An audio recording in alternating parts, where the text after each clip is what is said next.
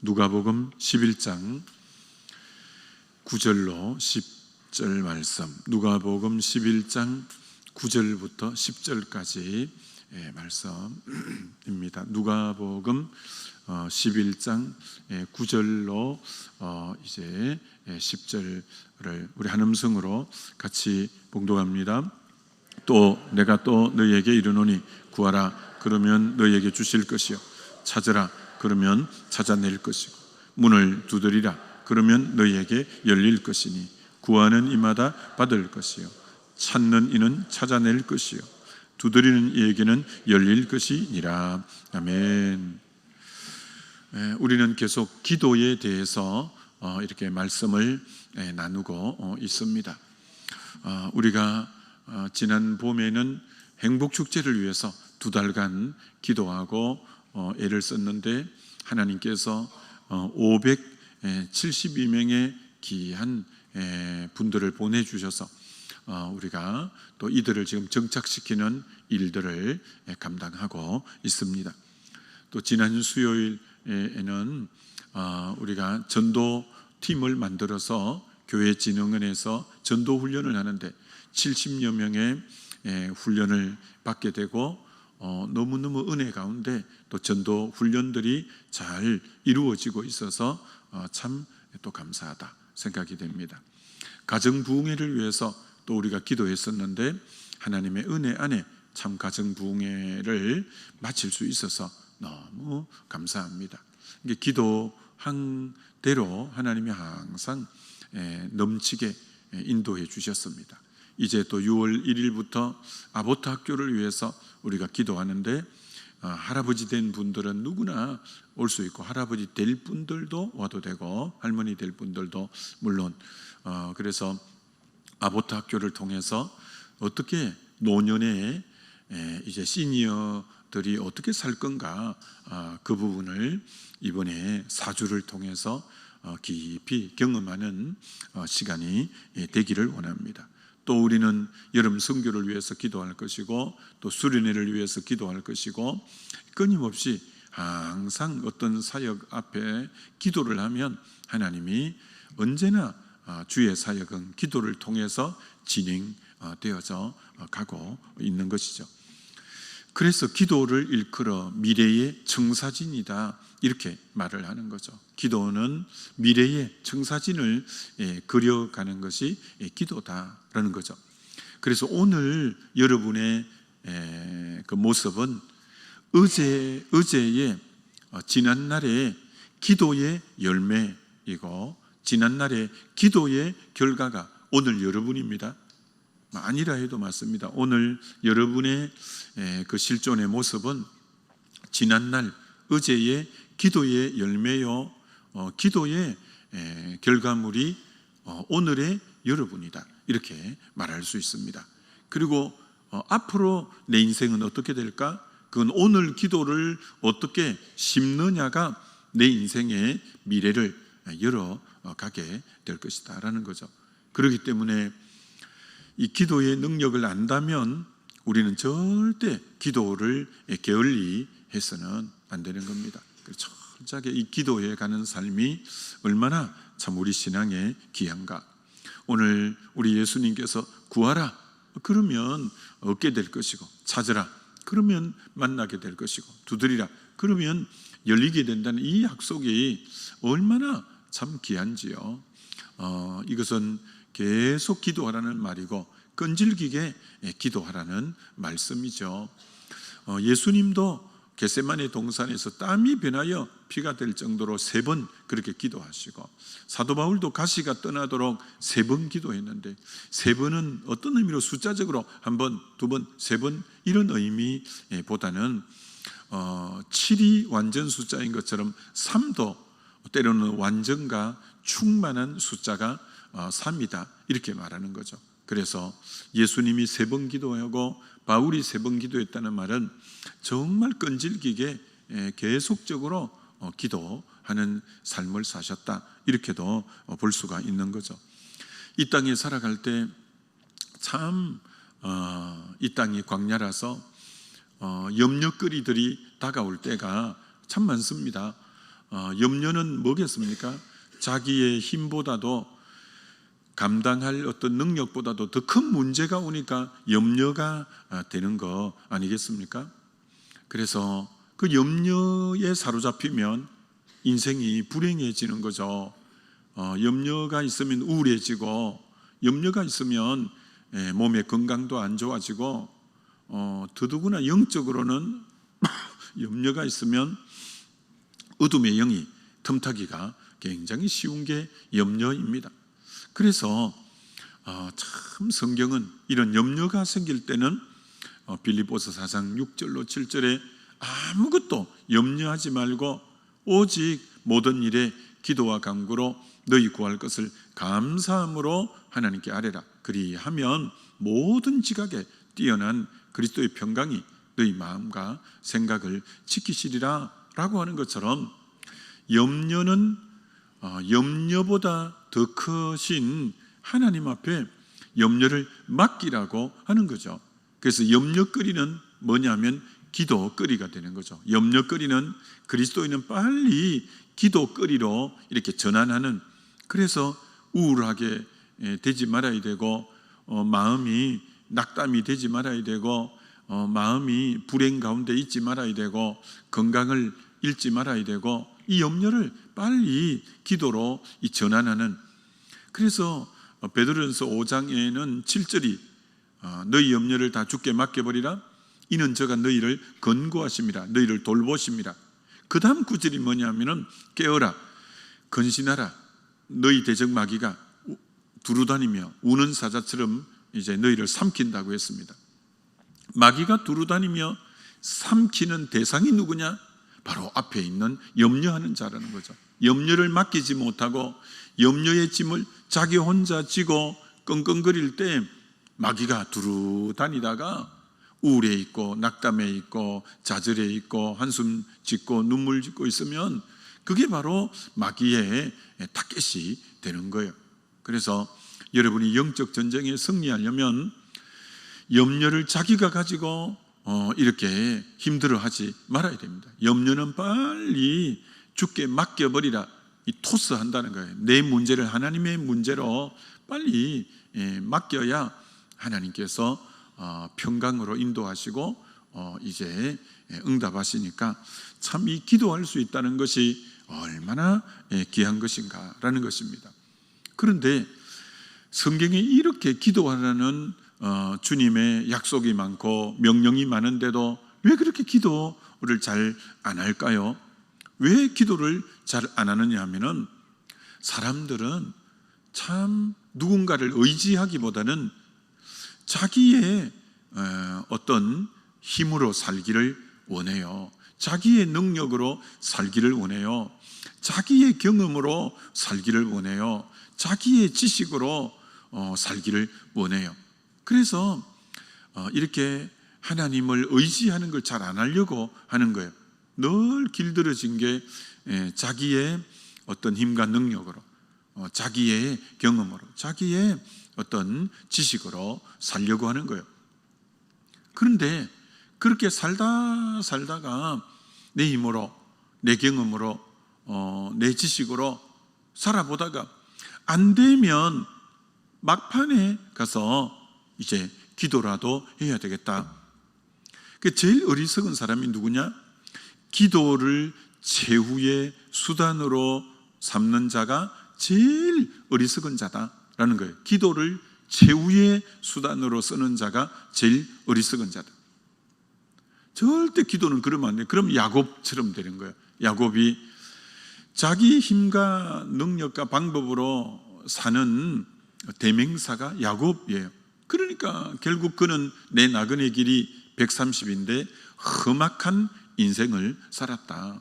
이게 험악하게 사는 인생은 자기 힘으로, 자기 노력으로, 자기 능력으로, 자기 경험으로, 자기 지식으로 살면 험악한 인생이 되는 거예요. 그래서 기도를 최후의 수단으로 삼지 말고 모든 일을 하기 전에 기도가 최우선의 이제 방법으로 삼는 자가 그리스도인이라는 겁니다. 크고 작은 문제를 하나님께 늘 상의하고 하나님께 의탁하고 그게 몸에 배어야 돼요. 어떤 일이든지 작은 일이든 큰 일이든 하나님께 의탁하고 하나님께 기도하고 그래서 하나님 주신 마음을 더듬고 그 하나님 안에서 일을 해결해 가려는 이 자세, 이게 진정 신앙인의 몸에 배어야 될 가장 근본적인 삶의 태도고 자세라는 거죠. 사실 원래 하나님이 천지를 만드실 때 6일째 모든 걸 다 만들어 놓고 인간은 나머지 피조물하고는 다르게 하나님의 형상으로 만든 거죠. 영적인 존재로 만든 거죠. 하나님을 의지하는 존재로 하나님이 원래 디자인하고 구상한 하나님의 인간을 만든 것은 하나님과 같은 종류로 만들어서 하나님하고 교제하고 소통하도록 만든 거죠. 그렇기 때문에 사람은 하나님을 의지해야 이 창조의 목적에 맞기 때문에 이게 평안한 삶이 되어지게끔 되어져 있는 거죠. 어떻게 목자와 양을 분리할 수 있으며, 어떻게 포도나무와 가지를 분리할 수 있으며, 어떻게 머리와 지체를 분리할 수 있으며, 안 되는 것처럼 우리는 전적으로 가지가 포도나무 안에 가고 정말 양이 목자의 음성을 따라 움직이고 하는 것처럼 언제나 주님과는 불가분의 관계, 늘 주님을 의존하며 사는 그런 존재로 우리를 만들었다는 거죠. 하나님과 우리의 차이는 뭐냐? 하나님은 무한하시지만 인간은 유한한 존재라는 거죠. 하나님은 영원이니까 무한하신 분이에요. 시간적으로도 능력적으로도 모든 것이 무한한 능력의 하나님이지만 인간은 모든 것이 시간적으로도 능력도 유한한 존재. 그래서 살다 보면 왜 염려가 생기고 힘이 드느냐 하면은 그 유한함의 한계에 딱 다다를 때 인생이 힘든 거예요. 그때 그 한계를 돌파하는 방법이 이 기도라는 거예요. 이제 유한을 딱 느낄 때, 한계를 느낄 때 무한하신 하나님 앞에 가서 이제 내 문제를 내어 맡기고 이 한계를 뛰어넘는 방법, 그게 이제 기도라는 방법을 하나님이 우리에게 주신 거예요. 이게 제일 안타깝고 어리석은 것은 자신의 한계만 바라보고 한숨 짓고 눈물 짓고 한계 안에 갇혀있는 사람이 참 안타까운 사람이에요. 자기 아버지가 얼마나 풍성한 분이고 능력자고 사랑이 많은 분이고 아들까지 아끼지 아니하고 너희에게 내어주신 이가 나머지 모든 것을 은사로 주지 아니하시겠느냐, 그렇게까지 하면서 말씀했는데도 아버지의 그 풍성함을 받아 누리지 못하는 거예요. 마치 누가복음 15장의 큰아들이 내 것이 다 네 것이 아니냐 해도 자기는 염소 한 마리도 안 주더니 하면서 토라지는 거예요. 그러니까 아버지는 내게 다 네 것인데 라고 해도 그걸 못 누리는 거예요. 그래서 오늘 얼마나 하나님 자녀되고도 아버지의 풍성함을 이렇게 내 것으로 삼아가지 못하는, 그래서 우리가 이 기도라는 걸 통해서 유한함이 있을 때 기도를 통해서 무한한 그 능력을 덧입는, 이게 진정한 기도라는 거죠. 부족한 것을 채워 주옵소서라는 이제 그 정도 기도가 아닌 거죠. 우리는 흘러 넘치는 삶, 그래서 흘러 보내는 삶. 그래서 야곱이 요셉을 위해서 기도해 줄 때 요셉은 무성한 가지라 샘 곁에 심은 무성한 가지라 그 가지가 담을 넘었도다 하는 것처럼 여러분은 그저 부족한 걸 채워 주옵소서 이 정도로 기도하지 말고 하나님 채워주실 뿐 아니라 흘러 넘치게 하셔서 언제나 이렇게 플로잉하는 삶, 흘러 보내는 삶, 넘치게 하는 삶, 나누는 삶, 섬기는 삶, 그 기도 제목이 그러면 하나님의 훨씬 응답이 좋죠. 채워주옵소서보다도 하나님 흘러 넘치게 하셔서 나누고 베푸는 이런 삶.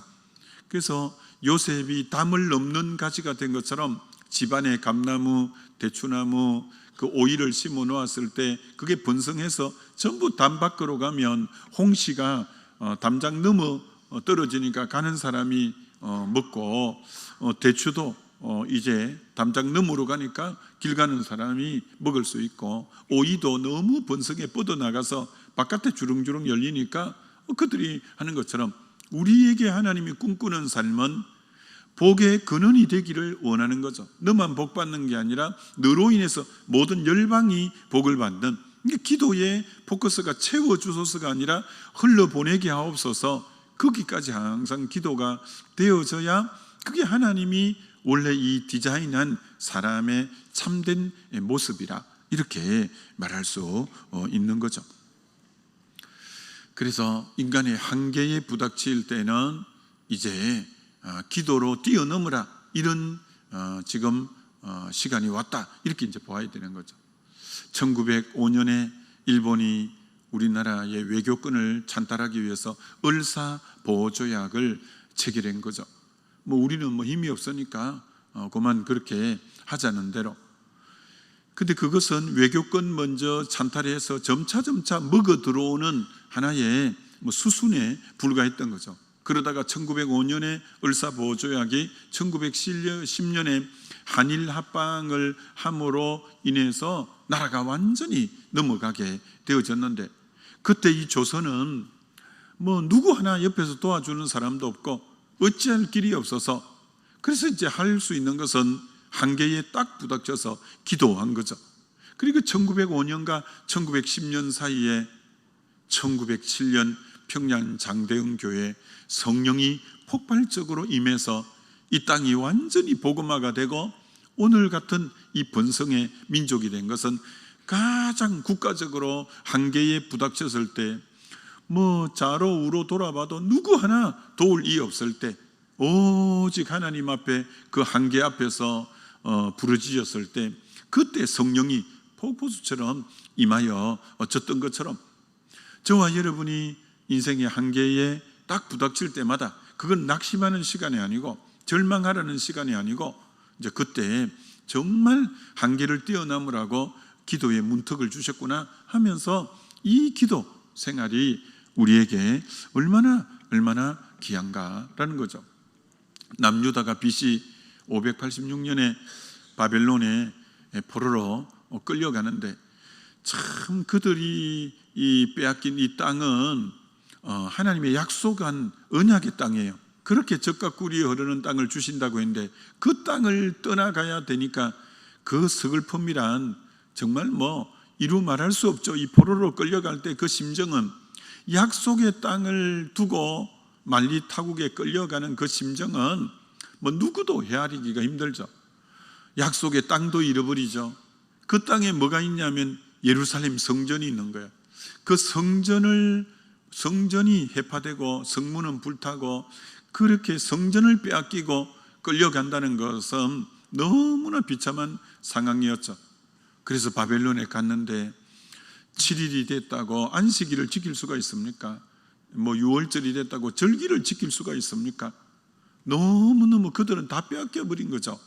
그런데 우리 하나님은 그 절체절명 가운데도 딱 하나만 유일한 소망을 준 것이 바로 기도. 너희가 전심으로 나를 구하면 내가 만나고 전심으로 나에게 구할 때 내가 응답한다는 이 예레미야 29장의 말씀을 주신 것처럼, 그래서 바벨론의 포로로 잡혀간 다니엘이 하루에 3번씩 그렇게 기도하고, 느헤미야가 그렇게 기도하고, 에스더가 그렇게 기도하고, 에스라가 그렇게 기도했던 것처럼, 아무리 잡혀가서 그렇게 해도 하나님이 한 가지 남겨놓은 정말 것은 기도의 창구 하나는 딱 열어 놓았다는 것은 이들에게 얼마나 큰 소망이고 축복인지 모르죠. 근데 그들이 사실은 만났던 문제는 도저히 이거는 인간의 힘으로는 해결이 불가능한 문제를 그들이 그 바벨론에서 만납니다.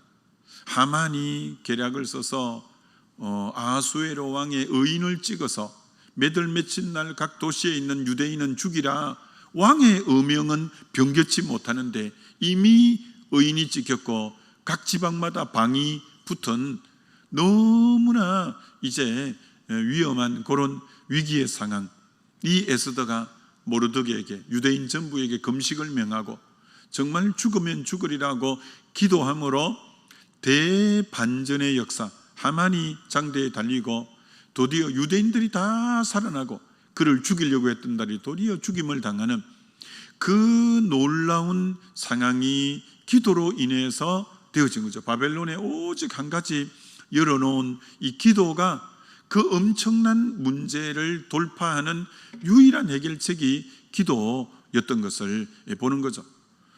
그런 것처럼 이 느헤미야가 동생 하나냐를 통해서 예루살렘 소식을 듣고 정말 성은 해파되고 성문은 소화되고 남은 사람은 능욕을 당한다는 얘기를 듣고 수일 동안 울고 금식하고 그랬는데 넉 달 동안 그 수상궁에서 기도하던 느헤미야의 기도를 듣고 하나님이 아닥사스다 왕의 마음을 움직이고 자네 얼굴에 어떻게 그렇게 수심이 있는가. 그래서 자기 고국의 행편을 얘기하니까 그래서 아닥사스다 왕이 가서 성을 재건하라. 필요한 모든 인력과 이 재료와 다 주겠다. 기도가 52일 만에 무너진 성을 재건하고 나라를 회복시킨 것처럼 이 기도의 위력을 아는 자여야 참 그리스도인이고 참 하나님의 사람이라 이렇게 말할 수 있는 거죠. 다니엘이 만난 문제는 자기가 꾼 꿈도 일어나면 뭔가 이제 모르는데 남의 꿈을 어떻게 알아맞히고 그 꿈을 해몽까지 하라는데 방법은 기도였죠. 기도가 느부갓네살의 꿈을 알아맞히고 꿈까지 해몽함으로 그 위기를 벗어나고 정말 평소보다 풀무불이 7배 뜨거운 그곳에 기도함으로 인자 같은 이가 풀무불 속에도 들어오고 정말 그 문제가 해결되어지는 것처럼 사자굴이 기도를 통해서 되는 것처럼 정말 이 기도는 여러분 기도의 능력을 아는 자가 참 그리스도인이고 성숙한 그리스도인이라고 할 수 있는 거예요. 정말 에스라가 바벨론 귀환할 때 왕이 야 군대를 붙여줄까? 왜? 남녀노소가 몇만 명이 돌아오는데 거기는 유약한 어린아이들도 여성들도 많이 있었기 때문에 그때만 해도 이 국가적으로 굉장히 위험할 때니까 어떻게 대적이 나타나서 약한 자를 해칠지 모르는데 에스라가 싫다는 거예요. 하나님의 선한 손이 우리를 도우실 겁니다. 그러면서 에스라가 금식기도 하잖아요. 그래서 바벨론에서 예루살렘까지 돌아오는데 대적이 손 하나 또 안 된 거예요. 왜? 하나님의 선한 손이 다 이제 막아준 거죠. 이놈이 기도의 능력은 정말 대단한 겁니다.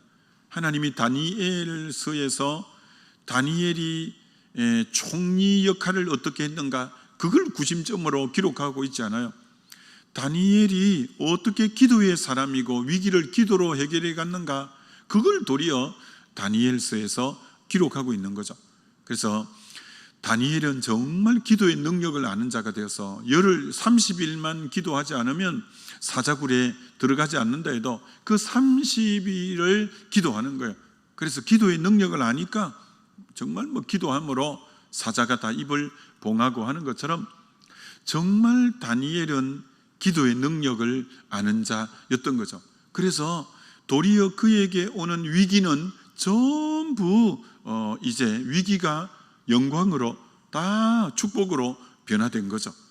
그래서 꿈 해몽 못하면 죽는 위기인데 그 꿈을 해몽함으로 지혜를 하나님이 10배나 더해 주어서 그가 높은 간직으로 가는 도리어 위기가 기도로 돌파해내므로 영광의 자리에 축복의 자리로 가는 이런 전환점이 된 거고 도리어 기도함으로 풀무불이 그 7배나 뜨거운데 인자 같은 이가 함께 해주므로 도리어 그 하나님이 참 하나님임을 정말 다리오 왕이 전국에 방을 내어서 이 하나님만 믿으라고 이럴 정도의 새로운 전환점이 되어진 것처럼 그래서 기도로 위기를 돌파하면 그 도리어 위기는 영광이 되고 축복이 되는 것처럼 우리에게 있는 이 기도의 능력이 그렇다는 거예요.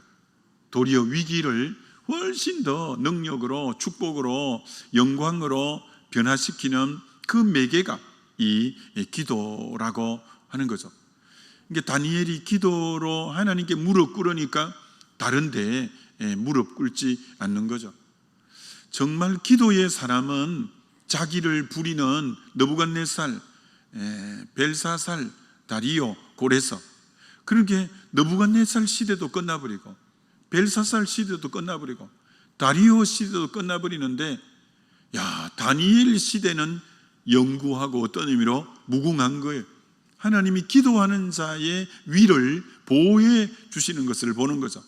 그 절대 권력자 같은 느부갓네살도 완전히 무너지고 벨사살, 다리오도 무너져도 기도하는 자의 정말 그 위는 계속 하나님이 지켜주시는 것처럼 오늘 이 기도할 수 있다는 것이 우리에게는 얼마나 큰 축복이고 능력인가. 오늘 구하라, 찾아라, 두드리라 라고 하는 이 약속 우리가 믿고 정말 기도함으로 어떤 위기든 어떤 문제든 문제보다 훨씬 더 큰 하나님께 기도함으로 그 응답을 받아 누림으로 도리어 어떤 위기든 한계든 그것이 도리어 전화위복이 되고 합력의 선이 되는 저와 여러분 되시길 주의 이름으로 축원합니다.